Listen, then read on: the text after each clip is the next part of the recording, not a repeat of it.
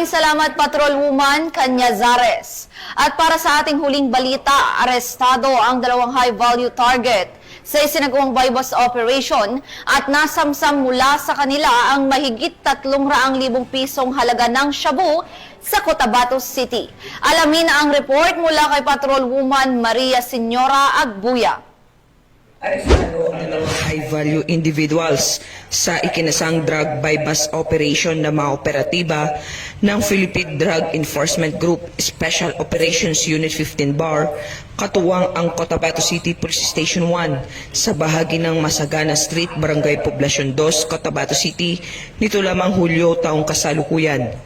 Kinilala ang mga naaresto na sina alias Puts, 30 anyos, alias Nasser, 39 anyos, kapwa residente ng Purok Bulyao, Mother Barangay Poblacion sa lungsod.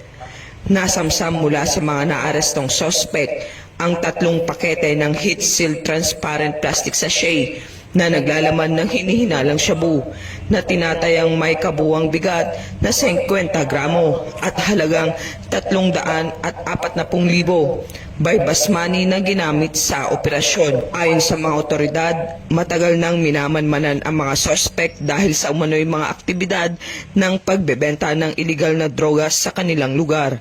Samantala, patuloy naman ang investigasyon sa isa pa nilang kasabwat na nakatakas matapos ang transaksyon. Ang mga naarestong suspect ay nasa kustodiya na ng Cotabato City Police Station 1 at nahaharap sa kasong paglabag sa Republic Act 9165 o ang Comprehensive Dangerous Drugs Act of 2002. Patuloy naman ang pambansang pulisya ng Pilipinas sa pinaigting ng kampanya kontra iligal na droga sa ilalim ng Buhay Ingatan Droga'y Ayawan program, katuwang ang iba't ibang ahensya ng pamahalaan at mamamayan upang panatilihin ang kaayusan sa komunidad. Mula rito sa rehiyon ng Bangsamoro, ako ang inyong Police News Network Correspondent, Patrolwoman Maria Senyora Agbuya, alagad ng batas, tagataguyod ng Balitang Pulis.